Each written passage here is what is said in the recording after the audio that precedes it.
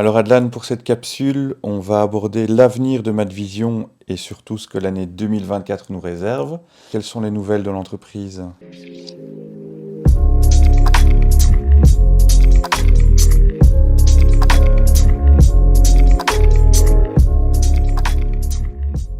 En 2024, on va pénétrer des nouveaux marchés, augmenter déjà notre présence en France, pénétrer le marché du Maroc, acquérir des nouveaux marchés également sur les marques qu'on a déjà, comme Gongsha, et faire entrer des nouvelles marques.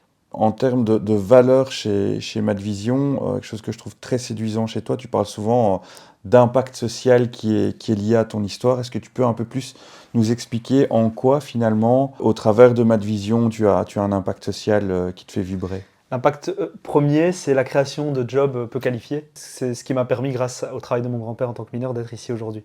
Donc Madvision, elle crée, à travers les restaurants qu'elle ouvre en propre et à travers les franchisés, énormément de jobs qui ne demandent pas de qualification exceptionnelle. Tout le monde peut se faire former pour travailler dans un restaurant d'une des marques qu'opère Madvision. Pour nous, l'égalité homme-femme, c'est pas un sujet. Donc on ne peut pas dire on met ça en avant parce que pour nous c'est logique. Donc c'est pas du tout un sujet. Par contre, effectivement, on a des gens, c'est assez concret, qui ont commencé chez nous comme étudiants ou comme simples travailleurs et qui aujourd'hui travaillent soit au siège, soit ont des postes de manager, etc. Et donc l'ascenseur social qui est mis en place chez Madvision, mais également auprès de nos franchisés parce qu'on pousse, au final tout le monde est gagnant. Il vaut mieux avoir quelqu'un que tu as formé depuis le premier jour et que tu fais évoluer dans ta boîte, plutôt qu'avoir un turnover mirobolant et devoir recruter des gens qui coûtent 4 fois le prix et qui ne correspondent pas aux valeurs de ton entreprise, que ce soit chez Madvision ou chez ses franchises. Il y a cette dynamique aussi d'impact social dans le fait du développement de l'entrepreneuriat qui est une histoire très prégnante dans ton aventure personnelle. Totalement. Pour moi, c'est à égalité, au même niveau que la création de jobs peu qualifiés.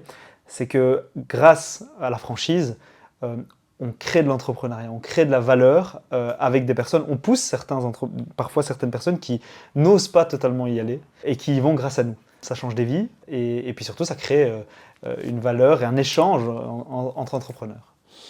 Alors Adlan, l'année 2023 se termine bientôt. Je crois que c'était une année charnière, je pense qu'on peut le dire. Ouais. Est-ce que tu peux nous expliquer un peu ce que ça veut dire année charnière d'un point de vue financier, levée de fonds, qu'est-ce qu'il y a comme projet dans les cartons?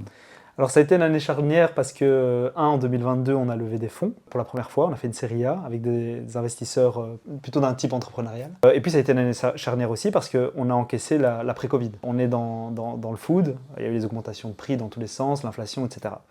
2023 était l'année où on a stabilisé l'environnement qui n'était pas très bon d'un point de vue économique de 2022. Et donc, mi-2023, début 2024, on est reparti comme avant, quoi. Reculer pour mieux sauter.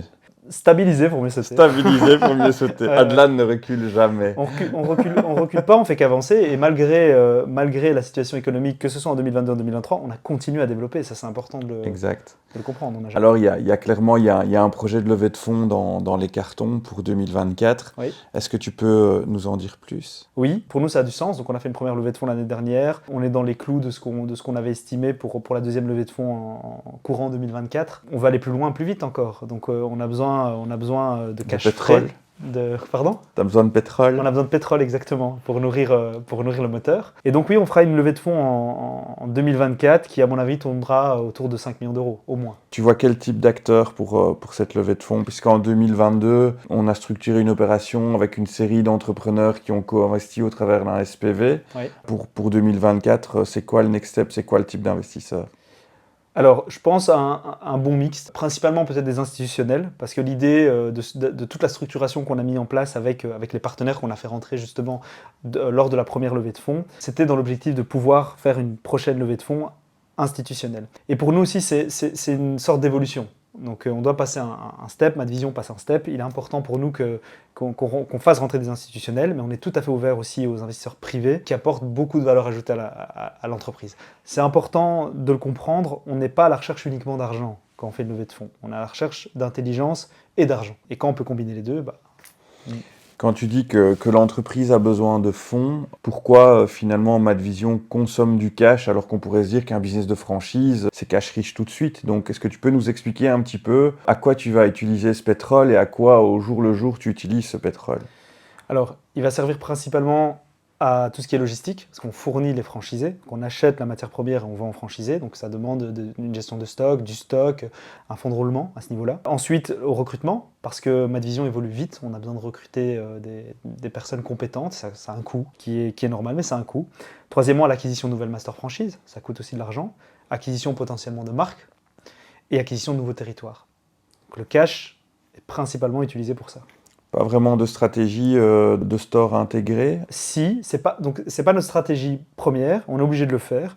Pour pénétrer un marché, parfois il faut le faire. Mais Madvision ne se veut pas comme une société de restauration. Madvision, c'est une plateforme de franchise. Et nous, notre métier premier, c'est de développer une marque à travers la franchise. Parfois, ça doit passer par ouvrir des points de vente. Mais c'est pas là où Madvision crée le plus de valeur. Un franchisé créera toujours plus de valeur dans son propre restaurant. C'est très clair. Merci beaucoup. Merci à toi. Et bonne chance pour 2024. Merci Joe.